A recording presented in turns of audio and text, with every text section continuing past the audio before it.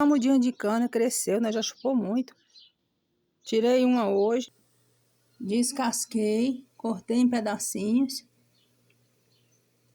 Bati no liquidificador, apurei o caldo. O que sobrou da peneirinha tá aqui, esse farelo. Vou fazer uma farinha. Farinha igual faz de mandioca, né? Porque da mandioca também apura. Só sobra o bagaço, faz a farinha. E a outro que eu bati no liquidificador direto, sem água, sem nada, coloquei no fogo. Tá cheirando. Vamos ver se vira um doce. Eu acho que vai virar um doce, porque já tá cheirando. O caldo vai descer aí. E ver o que vira esse aqui.